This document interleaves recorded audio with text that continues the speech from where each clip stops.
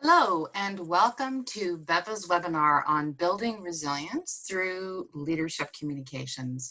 I have pre-recorded this webinar, but I will be available live for questions at the conclusion of our webinar today.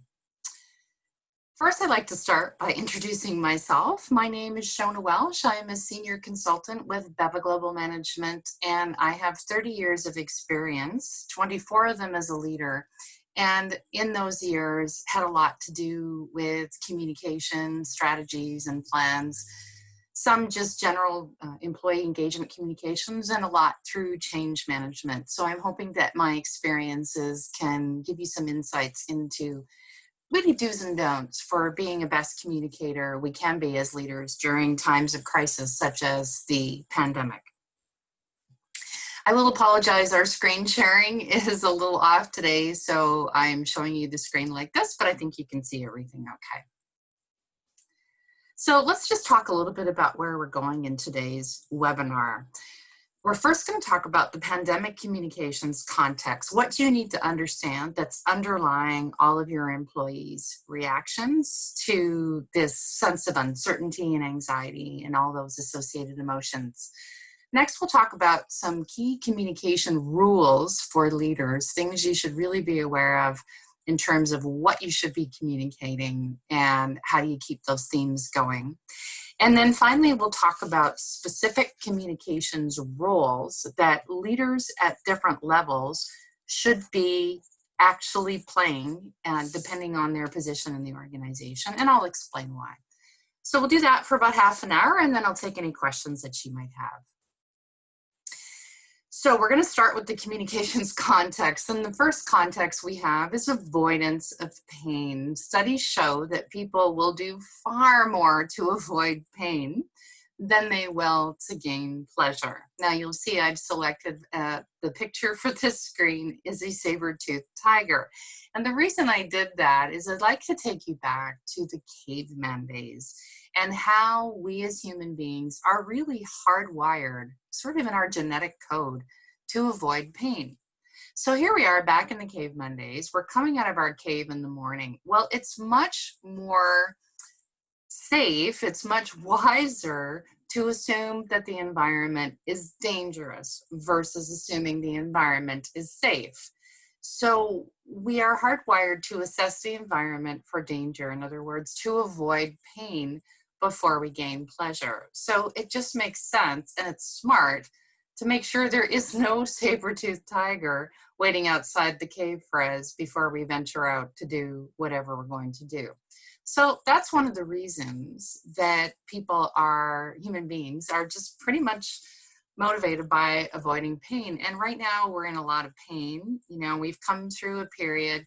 It feels like we're starting to come out of it, except for we are experiencing warnings that we may experience, additional challenges with the pandemic as we go through the next few months. So I think at this time, even though some of the avoidance of pain has gone away, it may well come back. So it's important for you to know that this is a key motivator, a key reason why people may be presenting you with behaviors that are troubling or that you haven't seen before. So that's the first context. People will do more to avoid pain than they will to gain pleasure. So going along with that lovely bad news, and I promise you I do have some good news a little later, one thing you need to know for sure is no matter how well you communicate, you're never going to out-communicate a scary pandemic. So don't think that anything you do is going to eliminate the fears and the tendency to avoid pain that people have. But what it does do is help keep them resilient through all of this, which is what really this whole webinar is about. How do you keep your employees resilient? And one really great way to do that, because all you've got is communications. You can't read people's minds. All you've got is that conversation. So that's why it's pretty critical. The second thing that motivates people, besides avoidance of pain, is this feeling that all sense of control has gone. Now you'll see on the screen here a picture of London one morning during the London Blitz, which for any of you who are history students will remember that the London Blitz was 56 days of consecutive, or nights I guess, of consecutive bombing by the German Luftwaffe on the city of London. And the idea was to get people, into submission so they would be primed for being invaded. Now, the reason I'm telling you about the Second World War is my parents grew up in the Second World War, young children, in the UK. And I used to ask them, what's the biggest thing? What was the biggest stressor during the war for you, even though you were children? Was it getting bombed every night, worrying that you weren't going to live to the next day, that your house would be destroyed? What was it? And both of my parents told me that actually, while those things were really bad, the biggest thing that was a stressor for their families, their parents, was that sense of control was gone. Every day was not going to be normal. Every day was unpredictable. Would the bombers come tonight? If they did, how bad would it be? And the biggest lack of control was they didn't know how long the war was going to last. Now, on the one hand, maybe that's a good thing, because if you told people in 1940, you've got 5 more years of this, I don't know if people could have been resilient. But the fact of the matter remains that if you can put like an end time to a crisis situation, then you can carry people through. And so one of the big issues that we're all experiencing right now, whether we're leaders or whether we're not leaders, is that we actually don't have a sense of control. We don't know when this is going to end. Predictions are all over the place. It could be 6 months. It could be now. It could be 18 months. Nobody really knows. And so that sense of uncertainty does add to the anxiety. And so it becomes a vicious circle of losing a sense of control, trying to avoid pain, back to feeling like you've lost a sense of control. So those two key things, avoidance of pain and sense of control gone, are the two big contexts you need to understand in terms of what's motivating your employees and their behaviors and decisions right now. Now, there is some good news, as I mentioned. As I said, you can keep your employees informed in a useful and authentic way. And I just want to share some ways you can do that during our time together. And I'd like to say the emphasis is on the word authentic. We'll talk about that in more detail. The first thing is to understand that you need to always tell the truth, because truth equals trust. When you tell your employees the truth, they will learn to trust you over time. And when you trust your leaders, it builds a sense of resilience. I've developed 3 rules over the years that I coach leaders on in terms of being an effective communicator. And the first one is truth telling. And let's go to the left-hand box here. I tell leaders to tell the truth, the whole truth. In the world of social media, don't kid yourself. The truth, the whole truth, will eventually come out. It's just a matter of when. So if you decide to withhold some important information or maybe potentially embarrassing situation from your employees, believe me, they will find out. Maybe it'll be months, maybe it'll be weeks, but they will. And then you will have undone all the trust you will have built with your employees up until that point. So other than proprietary information, which you can certainly say to your employees, I can't tell you about X because it's proprietary information, and they will understand. Other than that kind of information, tell the truth, tell the whole truth. The next rule is tell that truth early. There have been so many times over the course of my career that I have watched employees make up bizarre stories to explain a situation because their employers are saying nothing. Now, here's another thing about human behavior. We don't like a vacuum. We always want to fill some kind of gap with an explanation.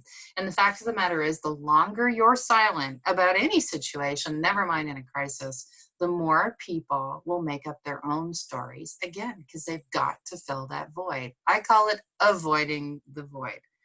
You can avoid the void by telling the truth early. So get out in front of it. Tell the truth early, because you're telling the whole truth, but the earlier you tell it, the less you're leaving for people to make up their own explanation. And I can tell you from experience, if you leave people to make up their own explanation, when you do finally tell them what's the truth is, what's really going on, They won't believe you. They actually, their explanation has come to feel like truth to them. So trying to get them off their story they've made up is even more difficult later on. So tell the truth early, and then nobody's telling any stories that are not correct. And the third rule of truth telling is tell it often. You know, and I know that especially over the last few months, what's reality in terms of the pandemic has changed every day. And in some periods, it changes hour by hour. And if we think about all the predictions of a second wave and maybe even a third wave coming over the next few months, this crisis communication situation is not over. And even though provinces across the country and territories are gradually reopening, it doesn't mean that we can't necessarily find ourselves back in a shutdown situation. So that's just one example of how in a crisis, truth changes quickly. So it's never one and done. You may have been giving, weekly updates, and that's been okay for a while. But daily updates at the onset of a crisis is also very useful. And you've seen our leaders across the country also do that. It's less than daily now. I suspect we may go back to daily depending on what happens in the future. So rule number 3, tell the truth often because it changes a lot. And again, your goal is to have your employees believe that they can trust you because you're telling the truth. And when the truth changes, you tell them what that change is. So those are my 3 golden rules about truth telling that I think will serve you well, regardless of the level of leadership you serve in. Now, hope is the second thing that you want to give your employees. Truth is the first thing because people will trust you. And second is we need to balance that with hope. It can't be doom and gloom all the time. So even though you're telling them the truth, and the truth may not be pretty at times, the second half, I guess the other side of that coin, is your role as a leader is to provide hope. So resilience is built around, first of all, facing reality and what's going on. And then secondly, having a solution-focused, oriented approach to moving forward. In other words, positive vision. And we look to our leaders to provide that hope and that positive vision while they're telling us the truth.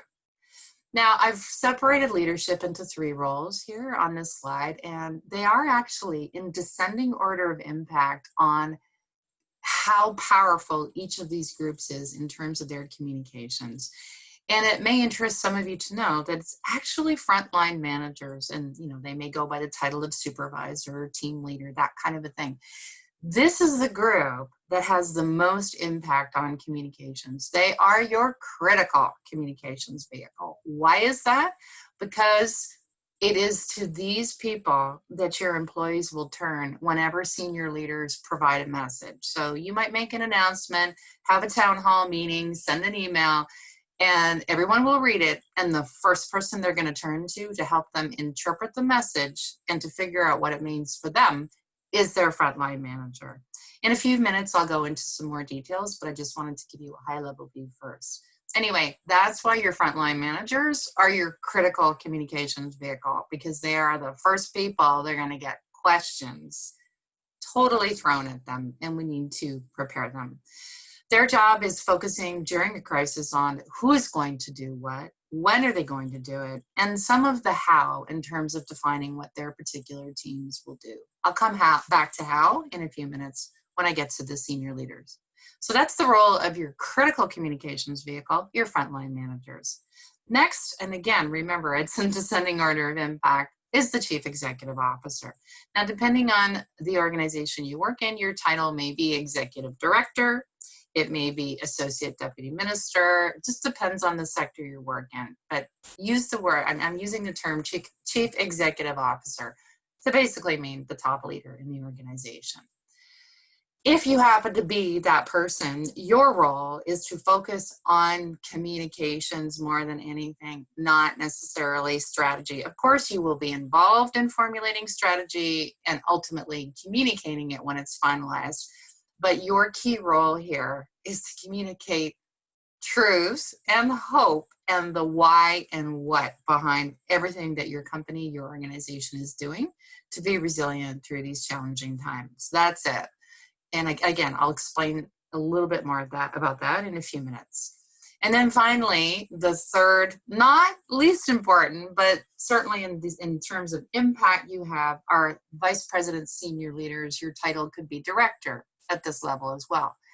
Your job is to focus on strategy, to work in the executive team, get input from employees and other leaders around what is the plan to survive through these times and to even thrive, and what does your company look like afterwards. So that's the first thing. And of course, you'll be working with all levels of leaders, employees, and the CEO on this, but this has got to be your focus. And again, I'll explain a little bit more in a minute. The second item that you want to be focusing on as a senior leader is problem solving for frontline managers, because at this point, they are bearing the brunt of hearing from employees. And again, they are your critical communications vehicle. Your job right now is to remove as many problems as you can, many roadblocks from their path as you can, because their job is pretty stressful right now. And again, they're the ones on the front lines with employees, dealing with your customers. Make life easy for them. That's your role. And a big part of your role in communications, besides reinforcing the CEO's message, is how. How, in terms of strategy, are we going to go forward in the company? And then you will work with frontline managers to define the how specifically for their team. So that's a quick summary of what leaders at all levels should be focusing on in terms of communications that helps to build resilience in employees. Let's go into a little bit more detail. Whenever you're communicating, regardless of the level of the organization that you're in, often as leaders, we start with the first question on the right-hand side of the screen, which is, what do we want our team to know? What is it we want to tell them? And then we start communicating from there. What I'd like to recommend to you is that's not the most important question. The more important question, and the one that should shape all of your communications, is the one on the bottom of the screen. What does your team want to know from you? Now, I know it might take a minute to reflect on the difference between those two questions, but there is a slight shift in difference. The first question focuses on what you, the leader, wants to tell people. The second question focuses on your audiences, your stakeholders, your employees, in terms of their needs and what do they want to know from you. This slight shift in how you focus your communications is going to make the difference between powerful and effective communications that build resilience and or having people perceive that leaders are being self-serving. So basically, all this means is, and it's very simple to talk about, but not so easy to do in the moment, is put yourself in your audience's shoes. If I were an employee, what would I want to know right now? What are my specific issues? And of course, you can further segment your audience to, if I was an employee in accounting, what would I want to know? What would I care about? Versus if I'm an employee on the front line serving customers. I think you can understand the questions may be different in terms of their needs. In any case, this is your underlying theme. Everything behind every communications you do is thinking about, what do the people, what do the stakeholders want to know from us, not what we want to tell them. This is how you will get their attention. Then you can tell them what you want to tell them.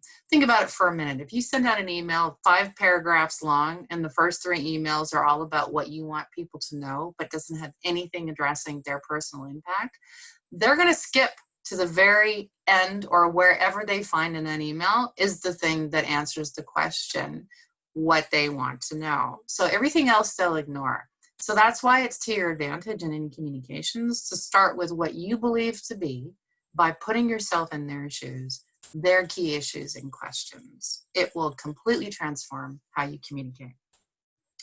So let's talk a little bit more detail about each of the leadership roles. Frontline managers, I'm going to shorten to FLM because it's easier to say as you keep saying it often. The focus again is on who's going to do the work, when are they going to do the work, and some of the how, which is their focus is up close in terms of how do each team in whatever function fulfill the overall strategy that's been communicated by the senior leadership and to a certain extent the CEO.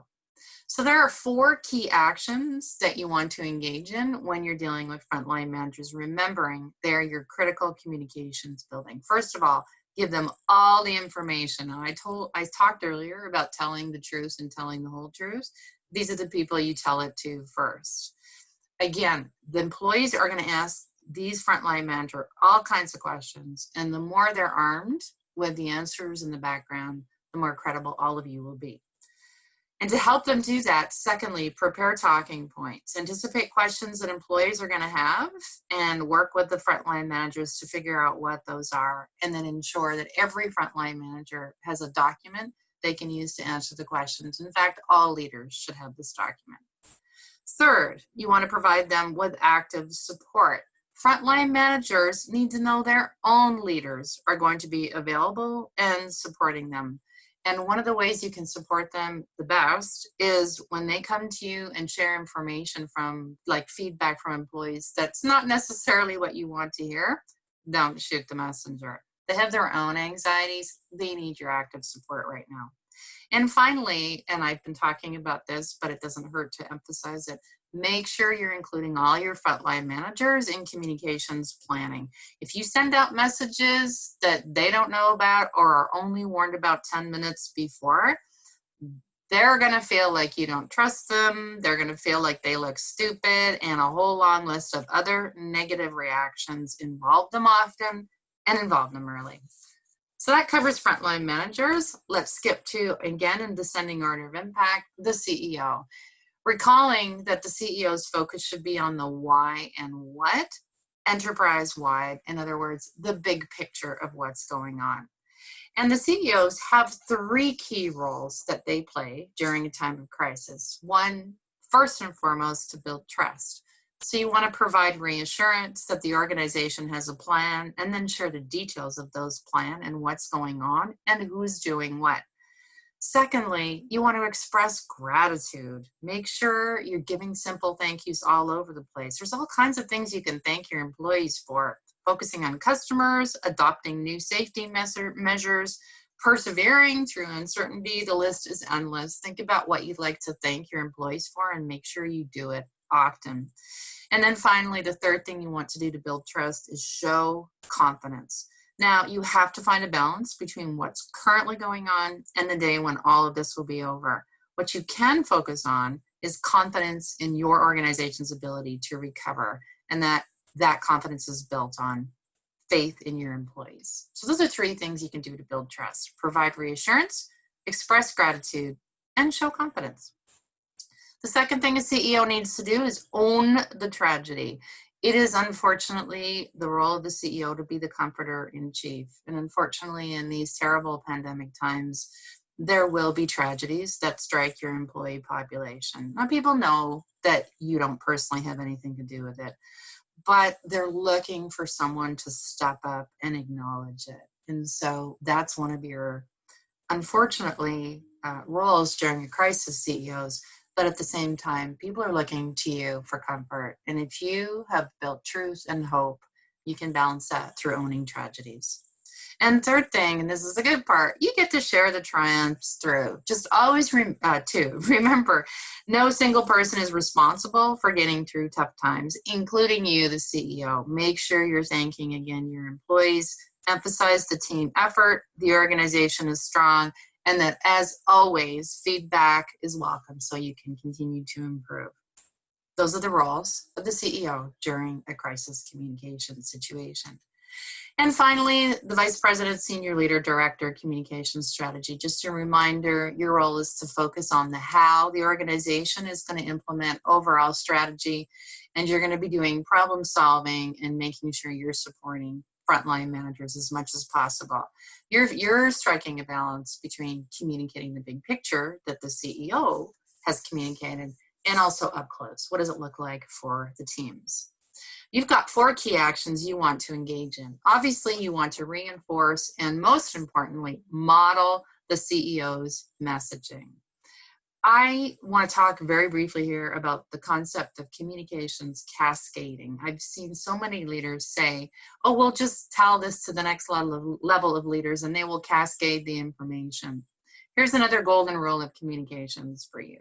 Especially in a crisis situation, do not allow information to be cascaded through the organization as each leader sees fit. This is absolutely a recipe for conflicting messages, confusion, and worst of all, erosion of trust. It doesn't work if you want to send a consistent message. I come back to preparing talking points for all leaders. You've got to be seen as walking the talk. Cascading messages is, in a way, giving up your responsibility for ensuring the communications is consistent. So keep that in mind. Secondly, as I mentioned, your biggest role is to solve problems and remove barriers for frontline managers. This may mean that you have to set up new escalation protocols for issues, get rid of 5 levels or however many levels of approval you have. You know, maybe you can form problem-solving fora and things like that. But you need to communicate that you've resolved an issue and that you're not obstructing it and what you've done to help resolve it. So again, you got to make this as easy as possible and eliminate as much bureaucracy in that process as you can. Third, you want to build divisional bridges and break down divisional silos. Now, here's the thing. You've got to model all the good behaviors I've talked about. Now is the time for you as senior leaders to show solidarity among the senior leadership group and prove that silos don't exist between divisions. Even if they did, be honest with yourselves. This is an opportunity for you to highlight and congratulate other divisions for how they've helped the organization or your division and how you can pick up on their ideas. And finally, one of your jobs, unfortunately, is to communicate what I refer to as the daily unpleasant bad news. It's kind of the difference between the principal, the CEO, and the vice principal, you, in a school. It's usually the vice principal that's the disciplinarian and that delivers the daily bad news. Big bad news messages, enterprise-wide, that have huge impact. Those are left to the CEO. But one of your jobs is to keep the CEO away from that routine unpleasantness during a crisis so that that person, your CEO, can continue to play the inspirational role. Your job is to always make sure you get these messages across. We have a plan, we're going to survive, and we believe in our employees. That's how you reinforce the CEO's message as well. So where have we been today as we near the end of the recorded part of the session, and then I'll take your questions live. We talked about the context of the pandemic and that the 2 key motivators for employees are avoidance of pain, want to make sure my environment is safe, and secondly, that ongoing feeling of loss of control and not knowing when things are going to end. And this drives a lot of anxiety. Couple of rules we talked about in terms of leadership communications, that the 2 things you really are charged, no matter what level of leadership you are, is truth and hope. Of course, the CEO will come across with these messages, but whatever level of leadership you're at, you want to make sure you're balancing these 2 things as well. We talked about telling the truth, the whole truth, telling it early, telling it often. And also that the key thing to focus on is what employees want to know from you, not what you want to tell them. You can certainly get to that message, but the first thing they're looking for is answers to their burning questions. Put yourself in their shoes and ask yourself, if I were this person, if I were this group, what would I want to know first? And finally, we talked about leadership communication roles at all levels of the organization. Frontline managers are the most effective because they're the ones that are going to get the questions immediately after any senior leadership message. Make sure you arm them with information and support them. The CEO needs to focus on communications and owning tragedies, creating, building trust, sharing triumphs, and really staying out of the weeds in terms of strategy and other sorts of problem solving. And that means that in some ways, a lot of the work falls to the senior leaders in terms of focusing on both communications, strategy, and problem solving and making life easy for those frontline leaders. I used a few resources and thinking to put together this webinar along with my experiences. If you're interested in any of them, they're listed here on this page. I've also given my phone number and my email if you'd like to ask me further questions about anything that you saw today. And from that, I will close off the webinar and take any questions that you might have right now.